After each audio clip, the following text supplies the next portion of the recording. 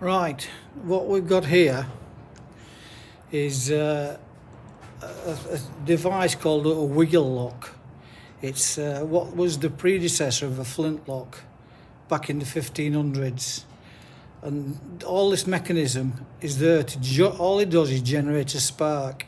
It's a bit like a cigarette lighter, a very complicated, heavy-duty cigarette lighter. I'll try and kind of run through what's actually happening here, because a lot of things going on for anybody who's interested. Because I'm not a gunsmith. This is just something I've made. I was interested in making one because I couldn't get my hands on a real one, so I've made this, and I'll take it apart after and show you how it works. But first of all, I'll just go through some of the components of it and on what these components do, if I can. I'm going to try and do this in one hit because I don't know how to edit, so I'm going to have to try and do it in one take. And there's a lot going on. It's quite complicated. What you've got here is this is called a dog. Now, in this jaw here, there should be a piece of iron pyrite clamped between them jaws. You undo that. You undo this. I'm trying to do this while I'm doing the video at the same time. What you do is you get a piece of iron pyrite, you fasten it in between those jaws there, then you tighten it up. So you've got a piece of iron pyrite sticking out here. And the idea is that iron pyrite jumps down onto this wheel here, which is that big wheel at the back. The wheel spins, and because the iron pyrite's riding on the wheel, it creates a spark. So the way it works is, first of all, you take the dog back and you open the pan. You put gunpowder in there, and then you close the pan to keep the gunpowder dry and stop it falling out. Then you put the dog down on top of the pan. You wind all this mechanism up via this big spring, and when it rotates, when you pull the trigger, which is this mechanism at the back here is called a sear. When you pull the sear, the first thing that happens is the pan uncouples, so the pan jumps back like that. When the pan jumps back, the dog goes down into that hole where the gunpowder is and your iron pyrite. The wheel at the back spins, creates a spark. There would be a channel cut in the back here, in the back, so the spark would run through into the barrel of the gun and fire your projectile. That's the basic kind of mechanism. But that's what it's about. That's what it does, right? Now, the way it does it is very complicated. I'll try and explain what's going on the components. So where to start? Well, first of all, you've got this wheel at the back, and this is the thing that spins.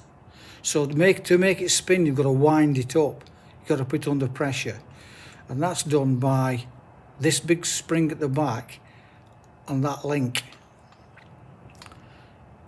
So that link at the back is this link here, and that's the link. And then they call this a crankshaft, and I don't like calling it a crankshaft because I think it's a misleading term. But what happens is that link wraps around the crankshaft when you wind it up, and the spring it holds the whole thing under tension, and it's got to be done using a spanner.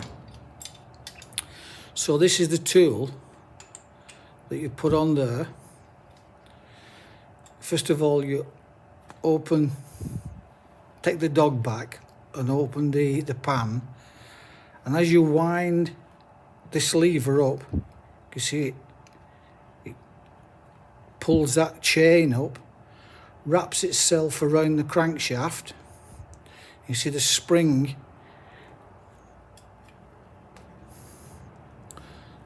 spring at the back there, that's being pulled up, it rotates around. When it gets to a certain position, you'll see this sear click.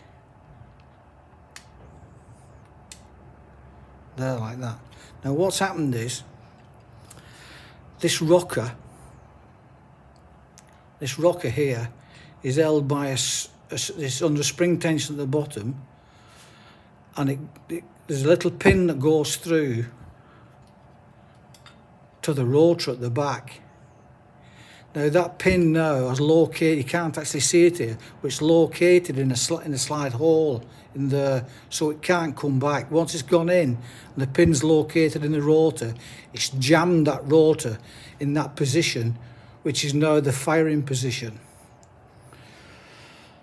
So when you put your iron pyrite down on top of the pan, close the pan, put the pyrite down, the first 10 degrees of rotation, what happens is it opens the pan. So the pan's got to open first, like that, so the dog can go down onto the rotor. And that's done by that little lug there. See that little lug? So if I lift the dog up, put that back, see that little kind of pin there hits this cam on this pan arm and knocks the pan arm back like that, so it uncovers the pan, and that is controlled by this spring here. So this spring stopping this flopping about, and when it gets to a certain position like that, it grabs it and flips it back. So that is the first about 10 degrees of rotation of this wheel, of this crankshaft. When that's gone back, then that's in that position. As you pull the trigger, when you have to pull the trigger first, so if I pull, this is the trigger mechanism, I pull the trigger back, it releases that little lug there. It's really difficult to see. When I pull the trigger back, there's a little step there. It releases that sear from the wheel. And the wheel, because it's under spring tension, forces this up, and the whole thing unwinds itself. So what you get is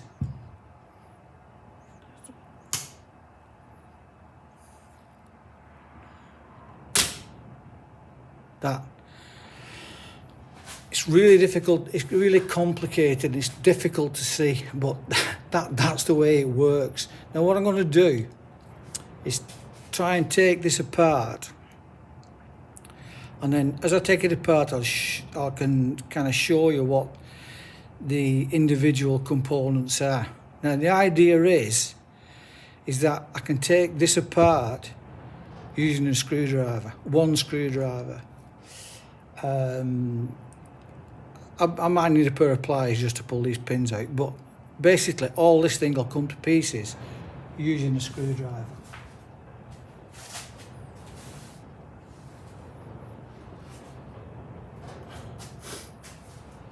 And I'm just looking for my best screwdriver. Anyway, so basically, first of all, we'll start to take this thing apart. So this is the trigger mechanism. That's the rocker. That's the mainspring. This is they call it the crankshaft supporting mechanism. The pan lever. The dog, which holds the iron pyrite. The dog spring and the rotator. And this is the key to wind it up. Okay, so let's attempt to take this apart. So first of all, I'll release the spring. Like I said, I should be able to do this using one screwdriver. I hope I can, but I've got a pair of pliers just to pull a few pins out. And I'm trying to do this while looking through the camera at the same time, so it's not easy. So basically, first of all, I'll release this spring out of there.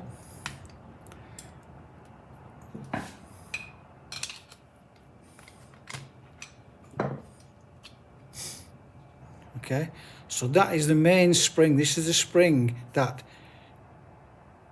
keeps all the tension, spins that wheel at the back. It all comes from this spring. Now originally this would have been not like a leaf spring like I've made it. It would have been a solid lump of metal, which would have been like a big spring, but I can't make anything like that. I haven't got the facilities. Okay, so that's the main spring. So after that we can take out the sear and the rocker. So this is the rocker. So all I need to do is to take this pin out. Now all that does, this pin here, all that does is locate this leaf spring inside here.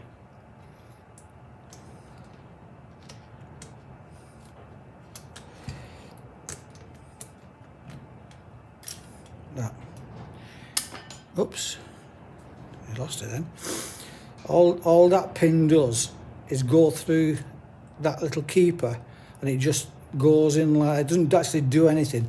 All it does is stop that spring from getting dislodged. So this little split pin doesn't actually do a great lot. This is like a little butterfly spring.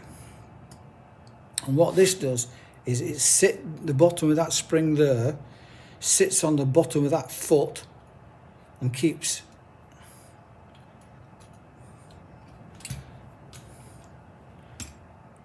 that lever forward all the time. So that spring fits on the bottom of there, and the top of the spring shoves up on this rocker.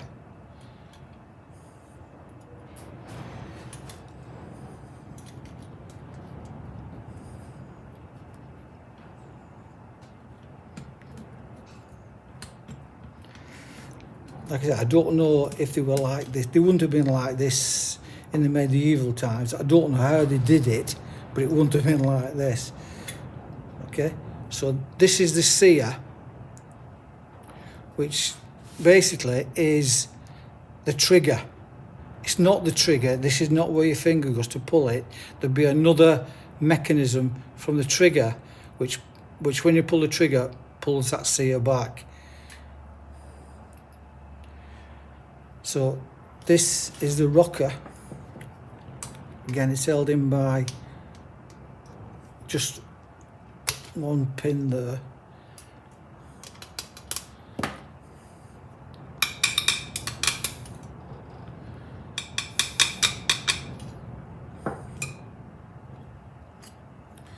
Okay, so that is the rocker, and that's the pin that fits inside the rotor, the wheel. Okay, and this little lug on the end fits on there. So when it's wound up, that's how that sits. When you pull the trigger back, this moves back and that rides down, and because it's pivoting around the centre circle, that centre pin, this pin comes out of the rotor. And that's how that works, like that. And that little butterfly spring, all that does is fits, keeps the whole thing in position. That sits on the foot, and that top bit rides underneath there like that.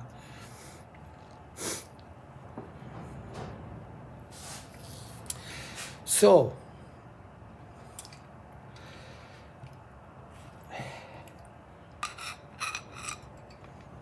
let's take this to pieces.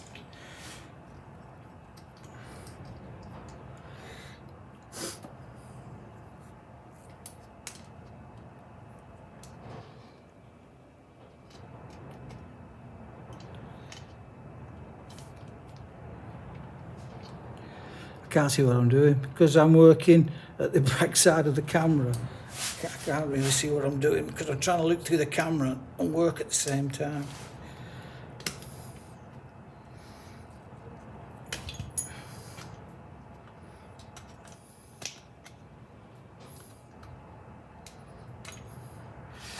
Making a mess of this.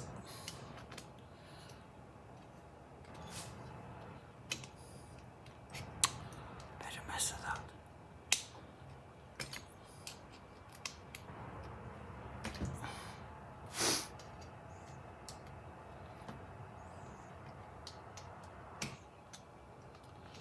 Oh, I made a right mess of that. That wire. Got it anyway. So.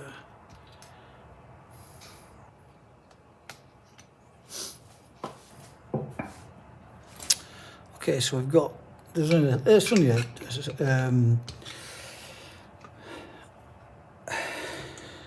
a split pin anyway, that. So I can actually take this off now, which is the dog spring. So we undo this dog spring.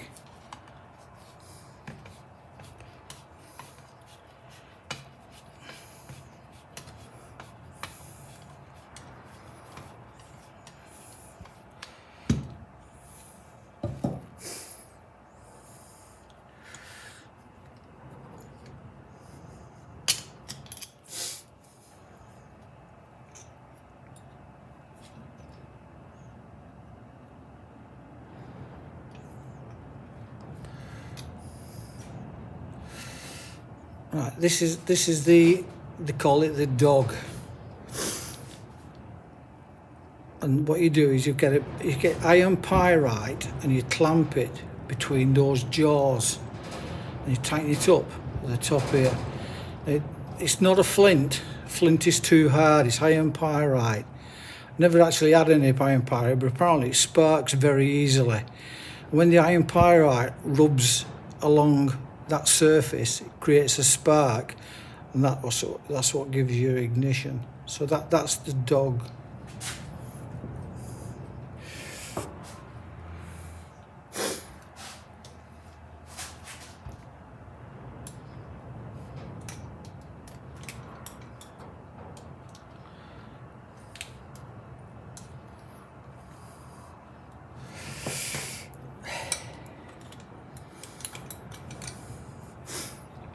That's the pan. Now, I don't know if they were like this or not at the time, but what I've done, I've made it so when it's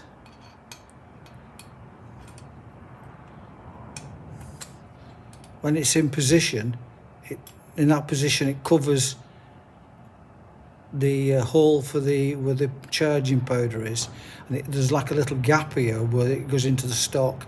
It covers that up as well, and it covers this little, when it comes back, there's a gap here, so this little plate covers that up as well, like that.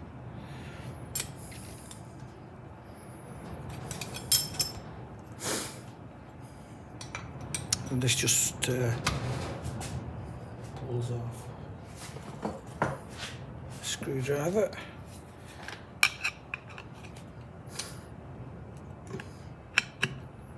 I've got the wrong screwdriver.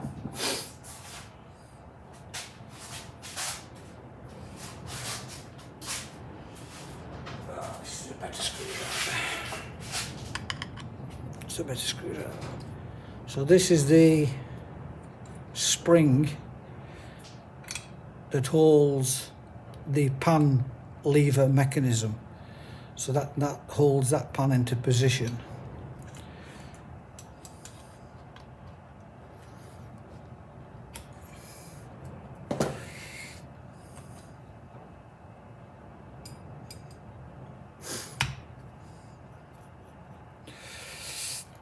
Okay, so we'll take the this is the main plate at the top, and that's where the gunpowder goes, and that's your wheel. So this will come off next, so we'll take this off.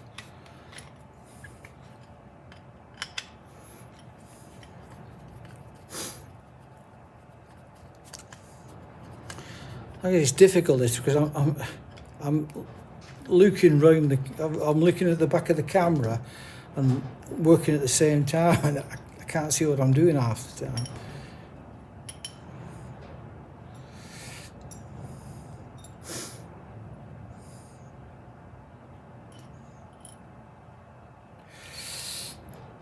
Now, at the bottom here, this is what they call the crankshaft on the wheel, and this is the crankshaft and the cam and the chain. Now, I don't know how they did this back in medieval times, but the way I've done it, I've done this. I've pinned it on with this pin here. So you just knock that pin out. Words. Take that out. Then the crankshaft comes out like that. So that goes in there and goes onto there. Like that. So this is the chain. As you're winding the mechanism up, as you're winding it up, this chain wraps around itself like that. And the spring, the main spring, hooks onto there. Like that. So as it's in the up position, it's like that. And then as it rotates and comes back down, it unwinds itself like that. This is the little pin that opens the pan. So this is the pan lever, and that fits underneath there. So the first 10 degrees of rotation, that's in that position. As that rotates, it knocks that lever back. So that opens the pan.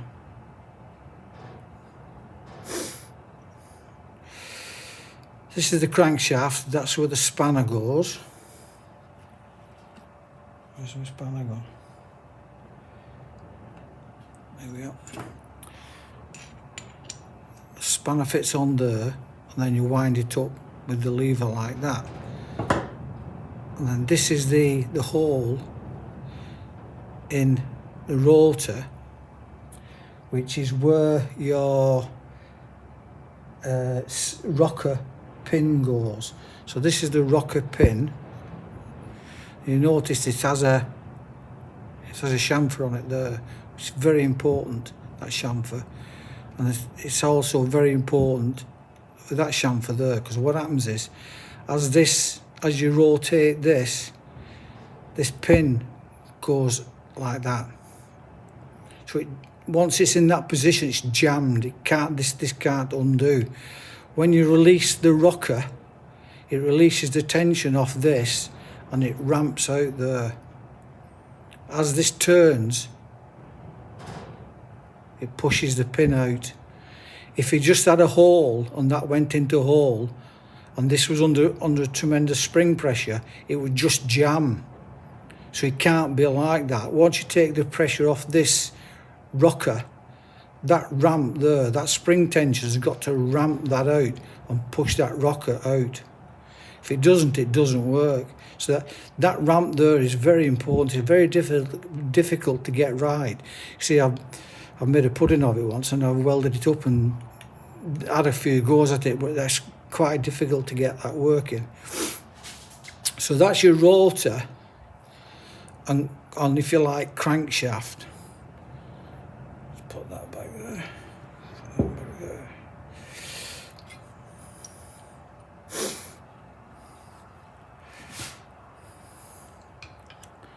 Just take the bottom support of this is the crankshaft. Yeah.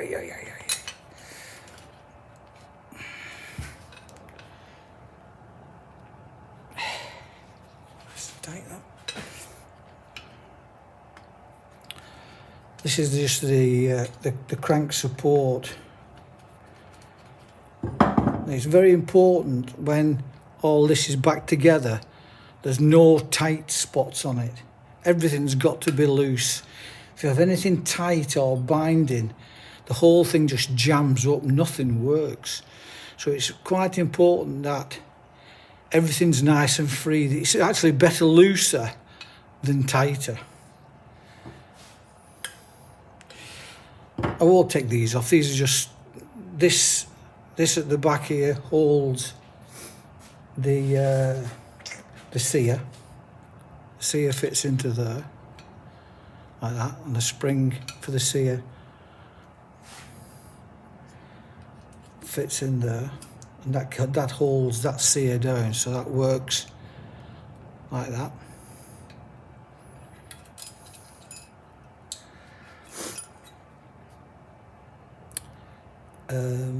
This one holds the rocker, so that's got to go through that hole there, and then it just held in by a pin here. So that's what they call a rocker. And this one is where the butterfly spring fits in there. It's just held in by that pin. It goes there. That pin just stops it, just locates it, just so it can't go, it can't come out, it can't flop about. And that's it. That's the whole thing in pieces. Like I said, there's just them 3 screws and it's held together. I've welded this here at the bottom. Just tell you what that is. This is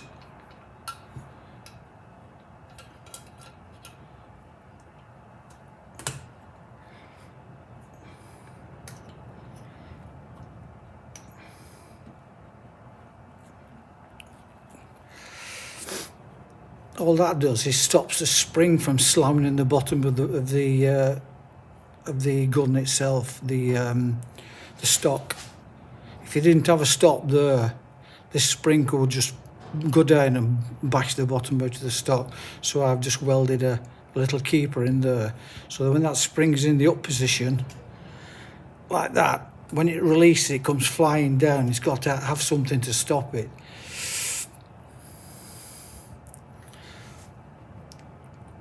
Now, like I said, I've just done this, I've taken it apart using 1 screwdriver. I know what a pair of pliers to pull a couple of pins out, but you could do that with your fingers if I had a little bit more time and I could see what I was doing better. But you can do it using 1 screwdriver. You can assemble it using 1 screwdriver and a couple of pins. It's not easy. It's not easy to make one of these. It's very, very difficult. How they did it back in the 1500s, when all they had was a hammer and a fire, I've no idea. I've no idea. So there you go. Them's all the components that we've just took to pieces. All I have to do now is put it all back together again. I'll make another video when the stock's finished. I have made a start of the stock.